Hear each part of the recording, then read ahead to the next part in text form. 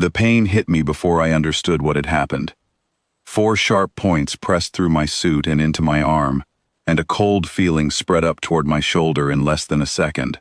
I looked down and saw a black shape locked onto my forearm, its body coiled tight, its eyes fixed on mine, like it already knew how this would end. My name is Daniel Whitfield, and I was 300 kilometers from the nearest station, floating beside a dead mining rig in the middle of the dark belt, when the fastest killer in known space decided I would be its next meal. I had heard stories about this creature long before I ever saw one. Every pilot who flew through this region knew the name.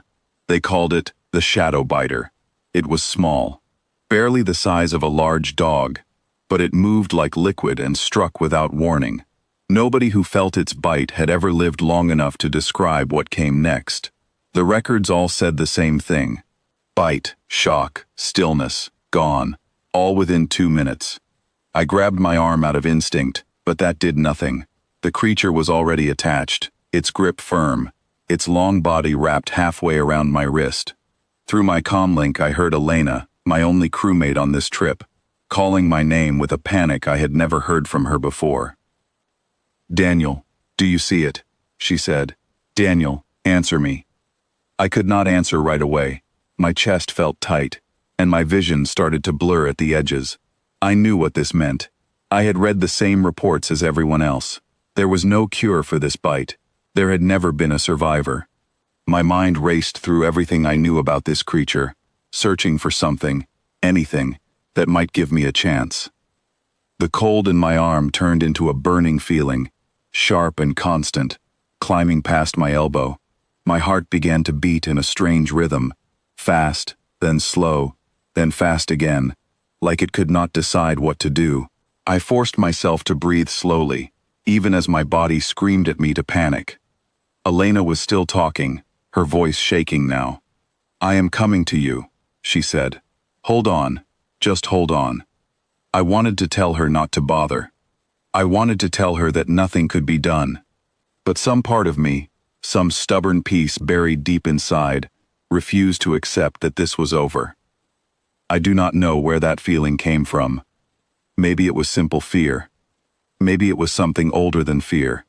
Something that had kept my ancestors alive through every disaster this planet ever threw at them. The creature shifted its grip, preparing to pull free and drift away, the way it always did after a successful strike. That was its pattern. Bite once, then leave, and let the poison finish the work alone. But something felt different this time. It hesitated, as if it noticed my heart was still beating steady enough to worry it. I used that pause. With my other hand, still shaking from the poison spreading through me, I reached across my body and closed my fingers around its length. It thrashed immediately, trying to twist free, its body far stronger than I expected for something so small. My vision kept narrowing, black creeping in from the sides like a curtain closing, but I held on with everything I had left. Elena's voice broke through again, closer now. "I can see your beacon," she said. "Just a few more seconds." A few more seconds felt like a lifetime. My arm burned as if it had caught fire from the inside. My thoughts became slow and heavy, every second stretching longer than it should. But my grip did not loosen.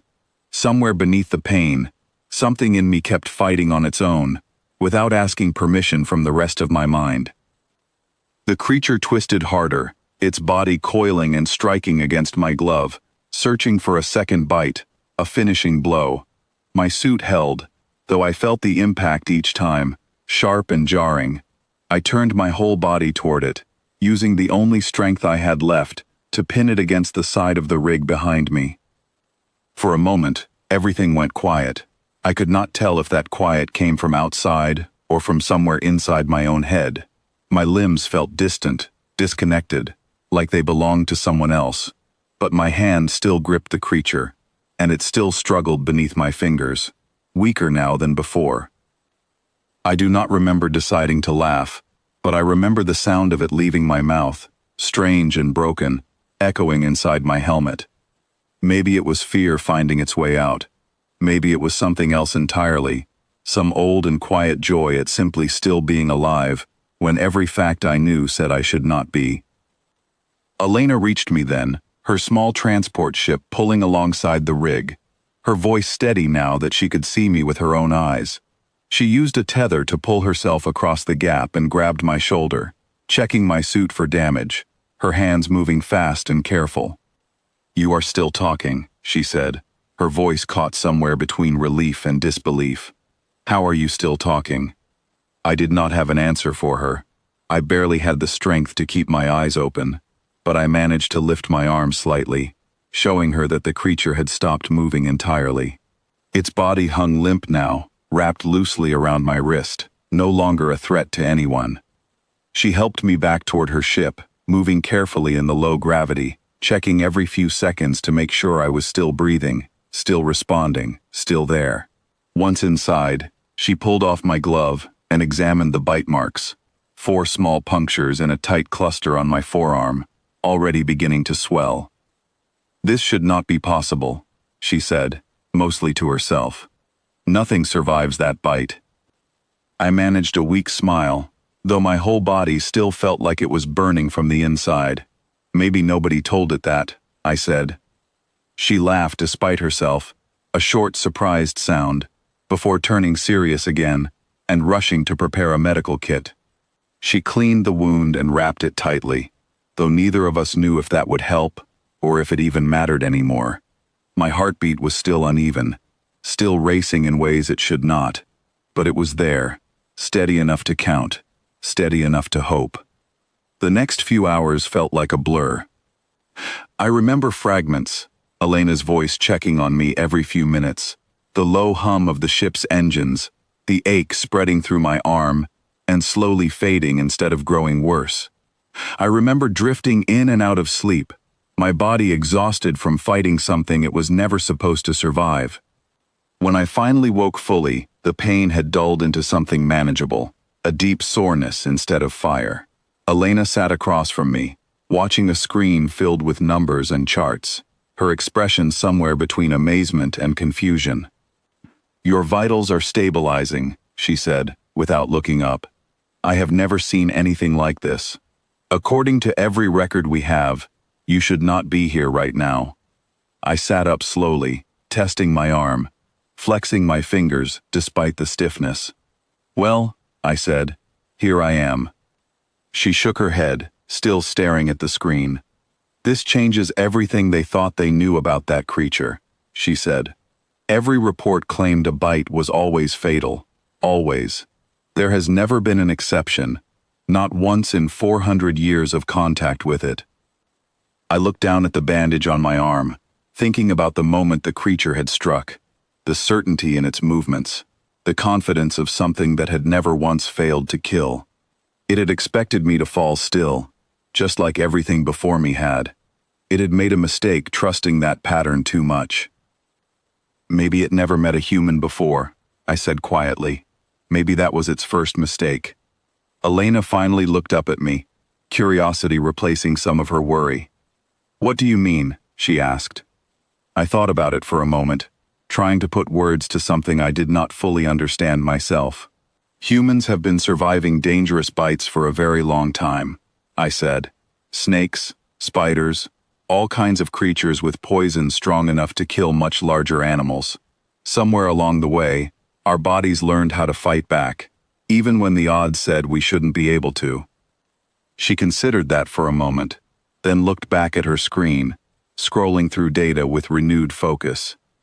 "If that is true," she said, "then this discovery is bigger than either of us realized. This could change how every species in this region understands human physiology." I leaned my head back against the wall of the ship, feeling tired in a way that went deeper than simple exhaustion. "Right now," I said, "I am just glad to still be breathing." She smiled at that, some of the tension finally leaving her shoulders. "Fair enough," she said. "Let's get you back to the station so the doctors can figure out exactly how lucky, or how strange, you really are." As the ship turned and began its long journey back toward the nearest outpost, I looked out through the small window beside me. watching the dark emptiness of the belt stretch out in every direction. Somewhere out there, more creatures like the one that bit me were still drifting, still waiting, still following the same deadly pattern that had worked for them for longer than anyone could remember. But now there was a new fact added to every record about them, a single line that would travel far beyond this quiet corner of space. A creature known for centuries as an unstoppable killer had finally met something it could not defeat. Not because it grew weaker, but because the thing it chose to attack refused to fall the way everything else always had. I closed my eyes, letting the hum of the engines carry me toward rest, my arm aching but steady, my heartbeat finally settling into a normal, quiet rhythm. Whatever came next, whatever questions the doctors would ask, or the scientists would study, one thing already felt certain to me. Some patterns, no matter how old or how deadly, can still be broken by something nobody expected to survive them.